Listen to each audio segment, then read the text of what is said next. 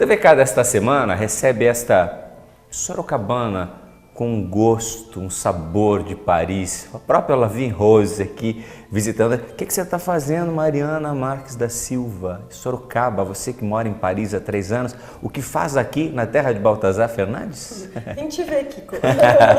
Que alegria, então me dá um beijo.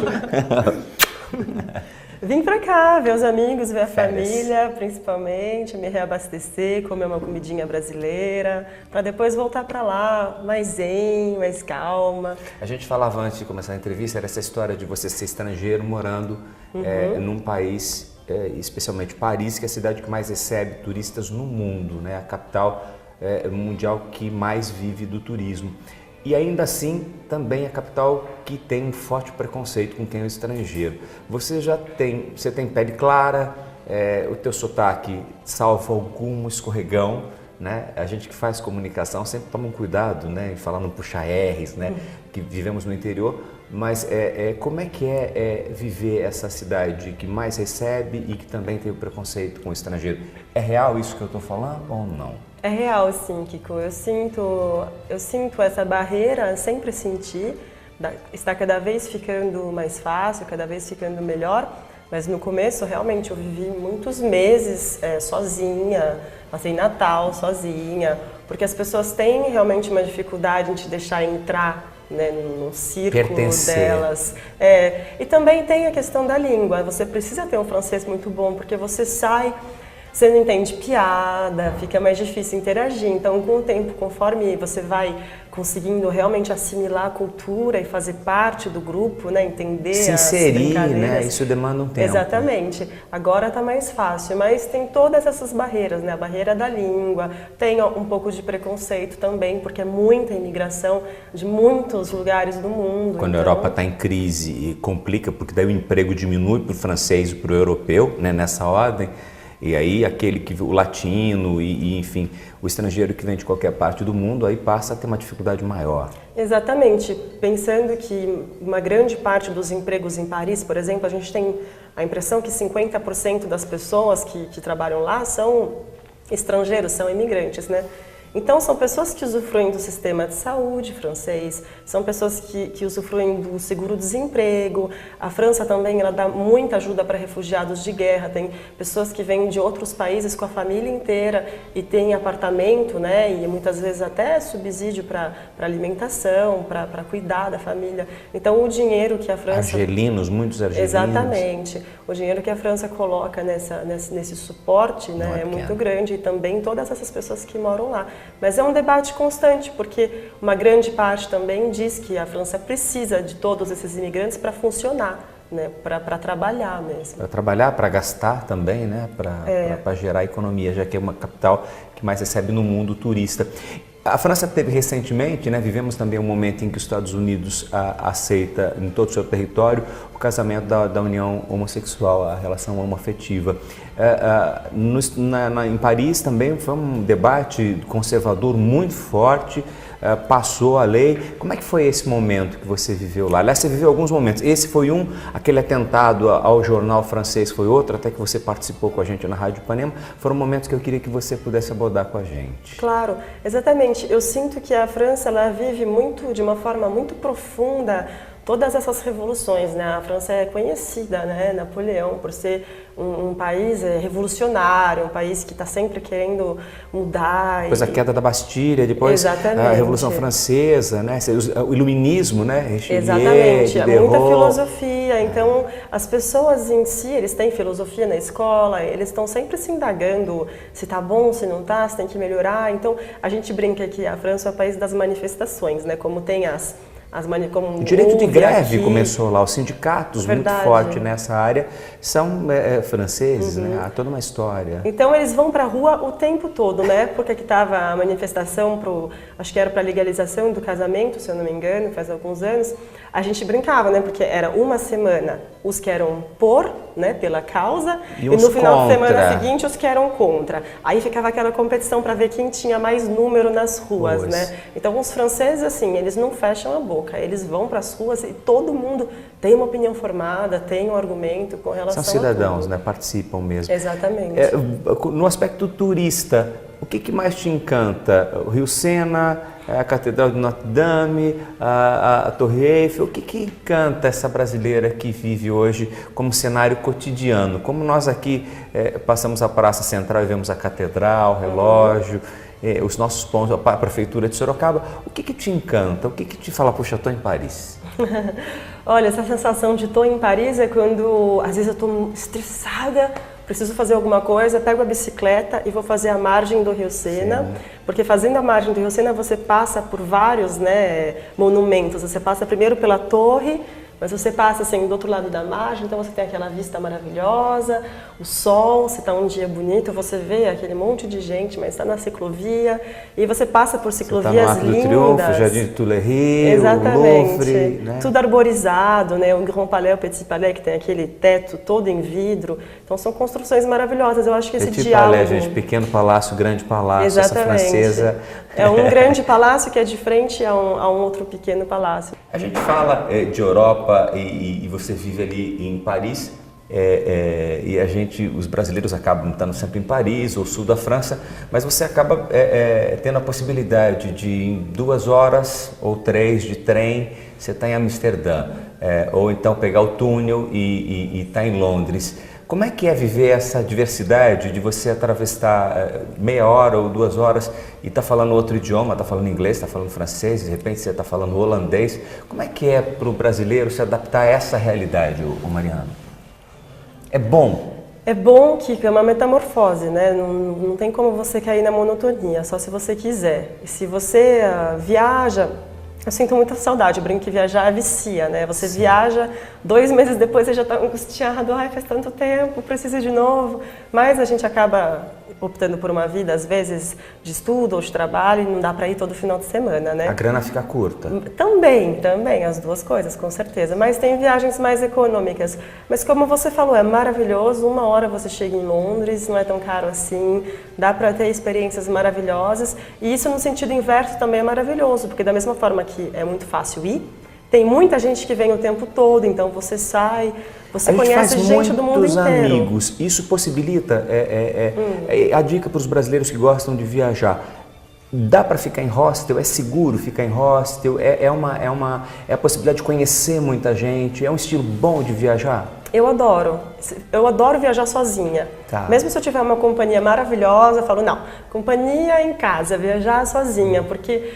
É tão gostoso essa sensação de liberdade, você pode sair e conversar com quem você quiser. E até um desafio, porque você está só, você fala, vou fazer um esforço, né? Vou ficar mais aberta, escuta.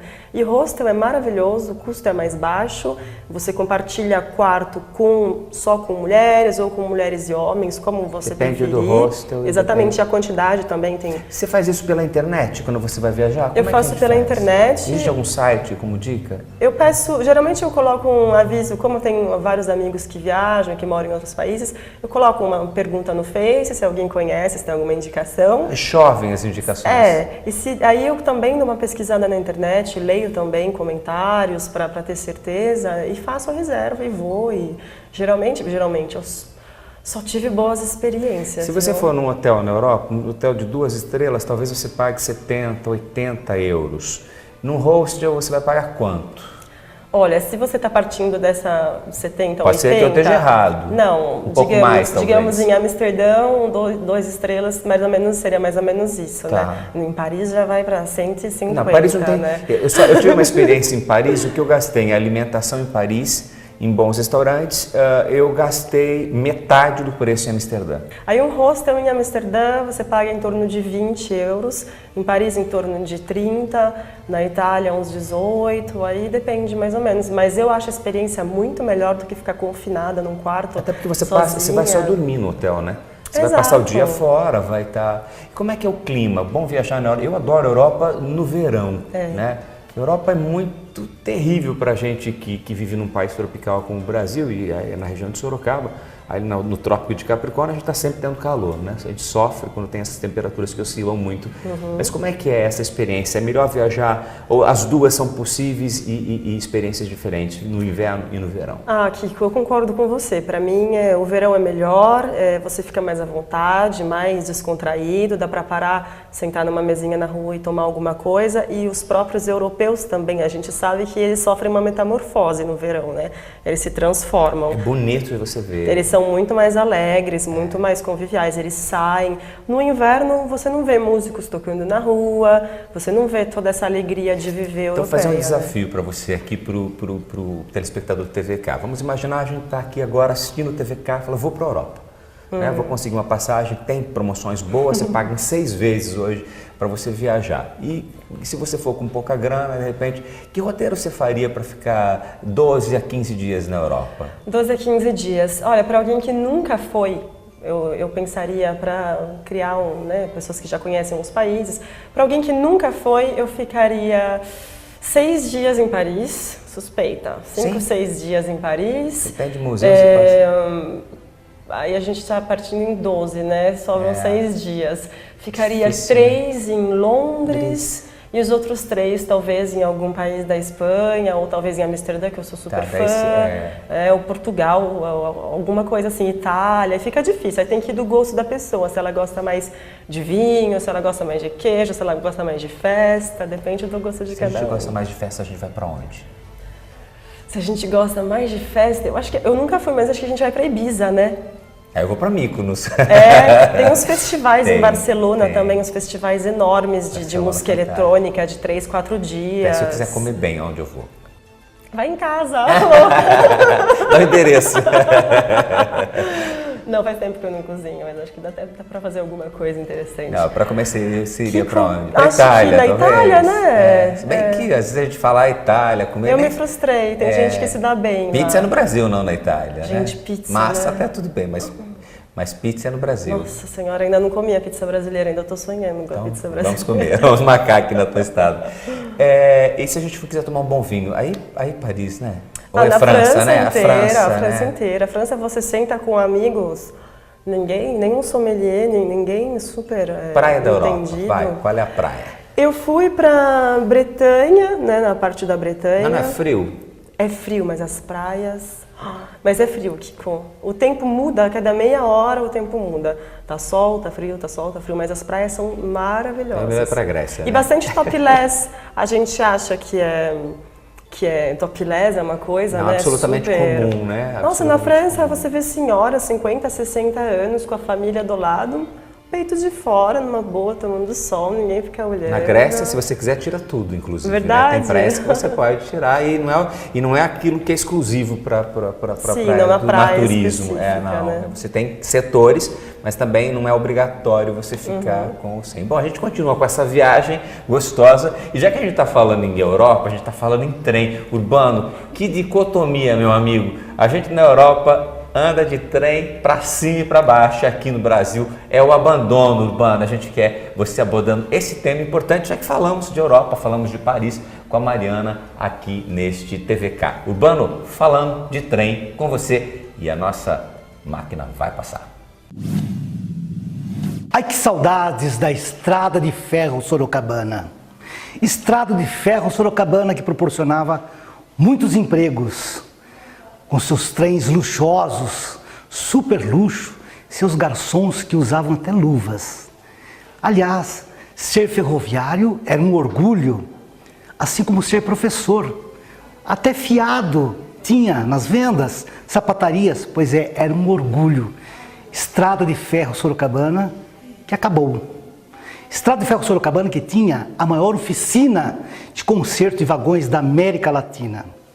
Estrada de Ferro Sorocabana que deu lugar à FEPASA, Ferrovia Paulista S.A., que deixou de herança muitas viúvas sem poder receber suas pensões. Viúvas essas que já morreram também. FEPASA que deixou muitos desempregados e que favoreceu politicamente pessoas como o ex-governador Orestes Quércia. Lembram-se dos postes de cimento que ele cercava as fazendas com a marca FEPASA? Mas os tempos são outros. Hoje é a atualidade. Hoje temos a ALL cortando terras sorocabanas, visando só o lucro, nem aí com os seus entornos. Aliás, nem a prefeitura consegue entrar para fazer com que se arrumem cercas, limpem seus lixos. Aliás, a ferrovia no país está uma droga. Acabou. Por que o governo não investe em ferrovias? sendo que é um meio de transporte muito mais barato, porque não interessa. O que interessa é continuar investindo rios e rios em estradas que cortam o Brasil, muitas delas precárias, cheias de buracos e cheias de corrupção. Este é o caminho do Brasil. Olha, a gente vai para um rápido intervalo. Quero antes mandar um grande abraço. Fernanda Panunzio, beijo. Teu programa aí do Walter Cali está sensacional. Parabéns a toda a equipe, né? Ao Wellington, ao Matheus, a Thaisa, que estão produzindo com vocês um equilíbrio sensacional. O programa realmente está crescendo muito na programação da ITV. O nosso Rubens Maximiano, com o Max Motor, que é o pai da Mariana, que é aqui nosso parceiraço aqui também na ITV. Um grande abraço ao Padre Tadeu, que com o nosso Alexandre Moreto tem o painel familiar e tantos outros programas que vêm acrescentar e fazer com que você conheça. A ITV é Sorocaba. A ITV tem uma programação voltada com conteúdo que mostra a nossa gente que está no Brasil, que está na Europa, como a Mariana, em férias agora no Brasil. A gente vai faturar, voltamos já já com este ITV. Aqui é a enfermaria. Tô sempre cheia de gente cuidando de nós. Esse é o meu quarto. Aqui que eu fico, leio, assisto TV e faço lição de escola. Aqui é quimioterapia. A mamãe fica junto comigo quando eu faço o tratamento. Graças à ajuda de pessoas como você, o GEPASS está salvando a vida do Cauã, da Sofia e do Gabriel. Ajude. Ligue. A beleza está nas coisas simples da vida, como a paisagem que vemos pela janela, como um animal de estimação, como o sorriso de uma criança. Quando o assunto é devolver o brilho nos olhos de quem sonha voltar a enxergar, a gente nunca esquece. Ajude a tirar alguém da escuridão. Doe seus olhos. Banco de Olhos de Sorocaba.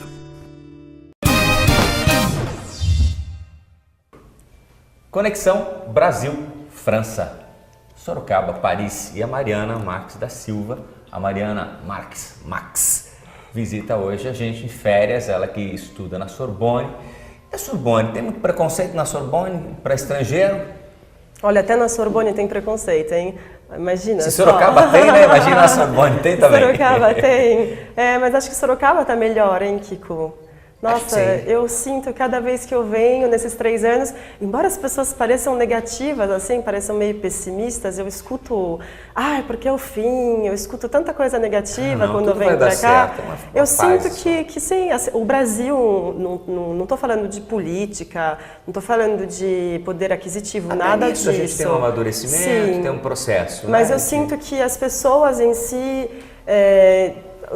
A conversa está mais interessante, as pessoas estão mais autênticas, estão mais descontraídas. Será que o fato de você ter na Europa, especialmente em Paris, na Sorbonne, a filosofia muda um pouco, o pensamento, a participação? A gente fala, né? Em França, a gente fala no início de grandes movimentos, né? Nós temos a queda da Bastilha, depois temos, ou não necessariamente nessa linha do tempo, mas a Revolução Francesa, né? Os grandes revolucionários, as mentes brilhantes de Diderot, Voltaire, e aí você entra e fala em Victor Hugo, né, que é grande escritor na língua francesa. Se a gente vai falar em Machado de Assis no Brasil, a gente vai falar de William Shakespeare na Inglaterra e vai falar de Victor Hugo na França. Como é que é tudo isso? Como é que você enxerga, né, dessa lente no centro da Europa? Eu acho que a Europa, Paris em especial, a França, é muito rica, né? A história da filosofia, a herança grega que passou para os romanos, que passou, né, para esses europeus, que tem essa cultura do estudo. A gente fala que Paris é a cidade de luz, as pessoas precisam saber que, na verdade, é cidade de luz, não pela luz física, né, pela iluminação. Também não é hoje, né, mas... Exatamente. Mas essa luz do iluminismo, essa né? luz, exatamente, é a luz de vários programas de governo que incentivavam o conhecimento das pessoas, que incentivavam os estudos, o gosto pelas artes, o gosto pelas coisas tidas como nobres, não nobres no sentido de dinheiro, mas que enobrecem as ser humano, pessoas, né? O exatamente. Ter sobre o ser sobre o ter. E eu acho que é isso que é interessante, é você ver essas pessoas que são nobres de espírito, que têm um pensamento mais evoluído, são muito mais tolerantes, né? Aceitam, respeitam os outros. Então, mesmo se a França não funciona em cima de uma religião, as pessoas têm um respeito enorme uns pelos outros. As pessoas pensam mais antes de fazer mal, né? Tem essa coisa assim do respeito, porque eu respeito o seu espaço, assim você vai respeitar o meu. Nessa coisa de ação, reação. E fazendo um paralelo com o Brasil, eu acho que, claro, o Brasil está se desenvolvendo, globalização, acesso à internet, as pessoas estão cada vez mais conectadas com o que está acontecendo no mundo. Então a gente tem todo um suporte para desenvolver a nossa forma de pensar, para ser mais tolerante, para ser mais inteligente mesmo. Você está trazendo alguns vídeos para a gente. O que você traz de conteúdo? Você teve Amsterdã, você está trazendo imagens muito interessantes para o nosso programa de hoje. O que você faz? Qual é esse exercício da Mariana que você está estudando, mas tem a ver com o que você estuda, essa produção de conteúdo audiovisual? É que o meu sonho é realmente mostrar coisas que eu acho interessantes para as pessoas e tentar chacoalhar um pouco a cabeça das pessoas, né? Nesse sentido de gostar da vida, de aproveitar a vida, de não ficar se apegando a coisas pequenas, né? Você volta quando para Paris? Volto no final de agosto. Então, no final de agosto, depois a gente vai combinar com você e a gente vê se toda semana você manda um filminho de 1, 2 minutos, a gente faz uma conexão Europa. Você entra contando um pouco disso e a gente vai tentar ter um patrocinador aqui de Sorocaba para viabilizar esse projeto. Já fica aqui combinadíssimo, aí a TV vai ter essa colega, vai ser o nosso jornalismo da Europa, a gente vai buscar viabilizar isso economicamente e nós vamos ter essa sorocabana participando com a gente, todo TVK, assim que você volte. A hora que eu voltar da Europa de férias, porque eu vou para a China e depois a Europa e volto. Quando eu estiver voltando, você está indo e a gente daí faz essa conexão constante. Agora, se tivesse pontos positivos que você poderia colocar em relação à Europa, quais você colocaria? Por estar num país mais aberto, né, mais onde as pessoas dão um pouco mais de espaço para o outro, e também por estar longe de tudo que de todas as regras aqui, assim, que a gente quer agradar as pessoas, a gente vem de um contexto, né, familiar, social. Então eu acho que estando lá esses 3 anos eu pude ter menos medo de ser eu mesma. Você pode construir essa Mariana ou pôr essa Mariana que estava dentro para fora? Porque lá você é um número. Né? Exatamente. Lá é a Mariana, quer dizer, e você traz isso, não é que você deixa de ser aquilo que você cresceu muito. Eu cresci muito, eu encontrei coisas em mim que eu não achei que eu fosse encontrar, eu tento pesquisar cada vez mais, encontrar quem eu sou. Eu estou namorando com uma mulher, talvez eu não saísse com ela de mão dada aqui em Sorocaba no começo. Hoje já tenho essa capacidade, ela vai vir para cá no final das minhas férias, nós vamos passear em Sorocaba, em São Paulo, vou mostrar esse Brasil maravilhoso para ela. E tantas outras buscas minhas, essa minha vontade de ser quem eu sou, de trabalhar, de evoluir na minha vida. Quem é essa menina que de repente tem uma mãe fantástica? Como é que foi perder a tua mãe? Ter o teu pai, ganhar o Bento, teu irmão de 2 anos, como é que... A gente não programa na vida, Mariana, uma série de coisas. Eu nunca programei as coisas na minha vida e de repente tudo isso acontece, aquela Mariana cresceu. Eu acho que a vida dá uns tapas na cara da gente, né, Kiko? A gente cresce, a gente nasce e cresce com aquela ideia de contos de fadas, né? Tudo vai dar certo, tudo vai ser bonitinho. E aí a vida começa a inverter tudo, começa a tirar as pessoas que são as suas raízes, né? E começa a te chacoalhar e eu acho que é aí que você se desenvolve. Você sofre, mas no final desse sofrimento você olha para trás e fala, eu passei por tudo com dignidade, eu sou um ser humano melhor, eu sobrevivi, eu aprendi. E a vida continua sendo bonita, com sofrimentos, com mágoas que a gente às vezes guarda, né? Mas eu acho que a vida, realmente, eu sinto a vida como uma bênção, um grande presente. Quando a gente está preparado, as coisas acontecem, é isso? Eu acho que pode ser, acho que a gente nunca se sente preparado, né? Só quando cai na cabeça que a gente fala, tá bom, como que eu vou fazer agora? A gente cresce, acho que a felicidade está nos olhos aí, tem que olhar para as coisas boas da vida. Então um abraço e a gente fica com o nosso acordo fechado para estar a partir de agosto com a tua participação aqui na TVK. A gente já tem o pai, agora vai ter a filha e a mãe no coração. Com o maior prazer. Tá bom? Sucesso sempre. Essa é a Mariana sorocabana que vive, estuda em Paris e agora participou com a gente do nosso TVK, mostrando um pouco da França, falando um pouco de Europa, falando um pouco de vida. Um beijo, fiquem com Deus e até o próximo TVK.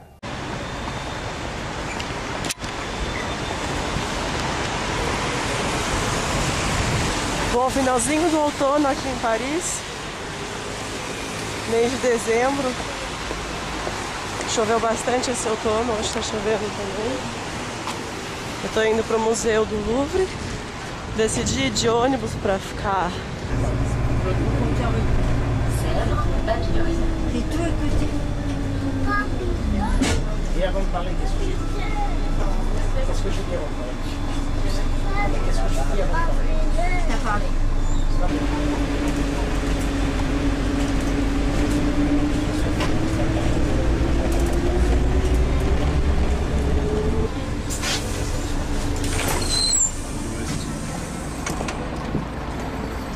Cheguei aqui no museu.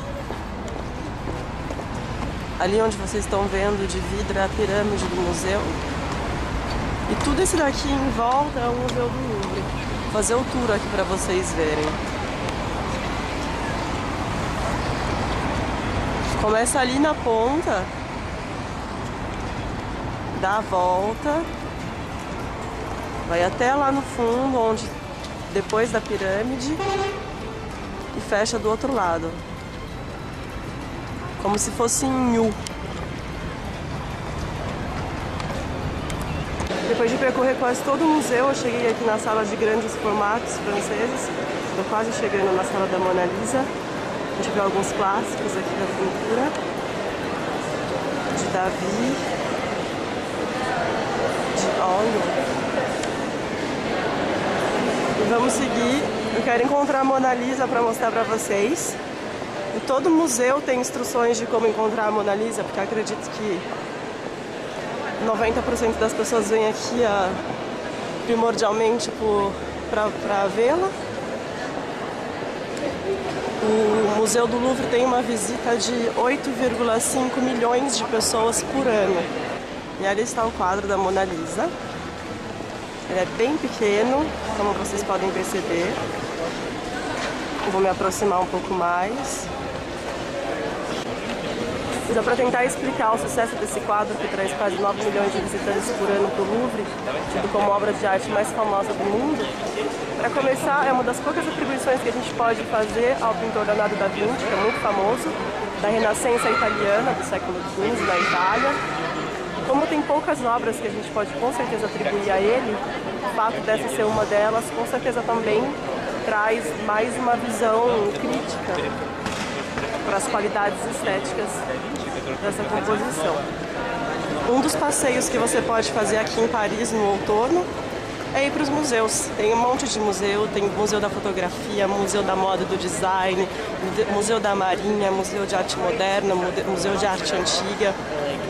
Então você pode escolher, você tem uma gama de possibilidades enorme para escolher o que vai agradar você, o que você quer ver, de repente o que vai agradar alguém que você quer convidar.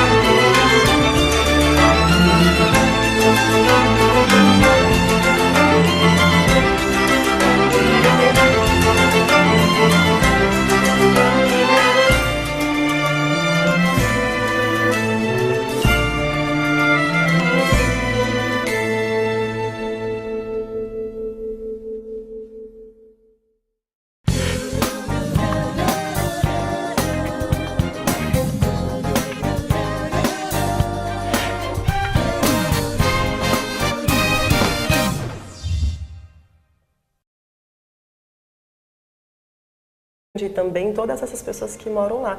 Mas é um debate constante, porque uma grande parte também diz que a França precisa de todos esses imigrantes para funcionar, né? Para trabalhar mesmo. Para trabalhar, para gastar também, né? Para gerar economia, já que é uma capital que mais recebe no mundo turista. A França teve recentemente, né, vivemos também um momento em que os Estados Unidos aceita em todo o seu território o casamento da união homossexual, a relação homoafetiva. Em Paris também foi um debate conservador muito forte passou a lei. Como é que foi esse momento que você viveu lá? Aliás, você viveu alguns momentos. Esse foi um, aquele atentado ao jornal francês foi outro, até que você participou com a gente na Rádio Ipanema. Foram momentos que eu queria que você pudesse abordar com a gente. Claro, exatamente. Eu sinto que a França, ela vive muito, de uma forma muito profunda, todas essas revoluções, né? A França é conhecida, né? Napoleão, por ser um país revolucionário, um país que está sempre querendo mudar. Depois a queda da Bastilha, depois Exatamente. a Revolução, que tem um forte preconceito com quem é estrangeiro. Você tem pele clara, o teu sotaque, salvo algum escorregão, né? A gente que faz comunicação sempre toma um cuidado, né? Em falar não puxar R's, né? Que vivemos no interior. Mas como é que é viver essa cidade que mais recebe e que também tem o preconceito com o estrangeiro? É real isso que eu estou falando ou não? É real, sim, Kiko. Eu sinto essa barreira, sempre senti. Está cada vez ficando mais fácil, cada vez ficando melhor.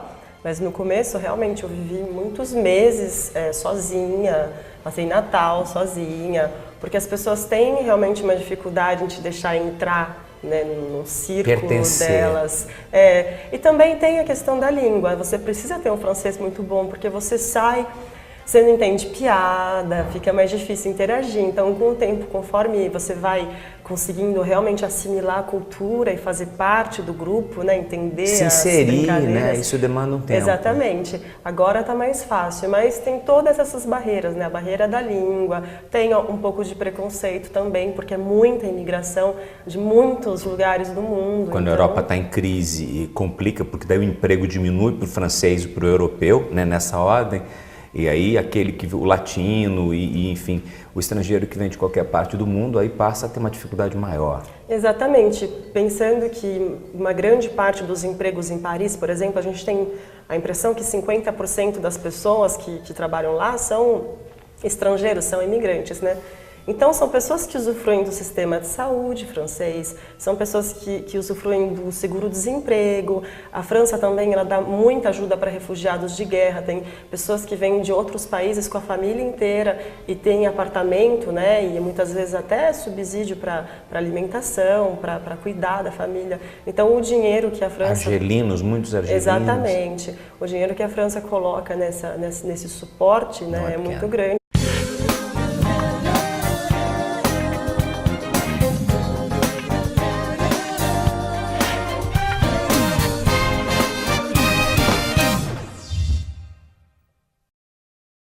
O TVK desta semana recebe esta sorocabana com um gosto, um sabor de Paris. A própria Lavigne Rose aqui visitando. O que você está fazendo, Mariana Marques da Silva? Sorocaba, você que mora em Paris há 3 anos, o que faz aqui na terra de Baltazar Fernandes? Vem te ver, Kiko.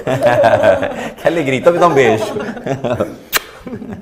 Vim pra cá, ver os amigos, ver a Férias. família, principalmente, me reabastecer, comer uma comidinha brasileira, para depois voltar para lá, mais zen, mais calma. A gente falava antes de começar a entrevista, era essa história de você ser estrangeiro morando num país, especialmente Paris, que é a cidade que mais recebe turistas no mundo, né? A capital mundial que mais vive do turismo.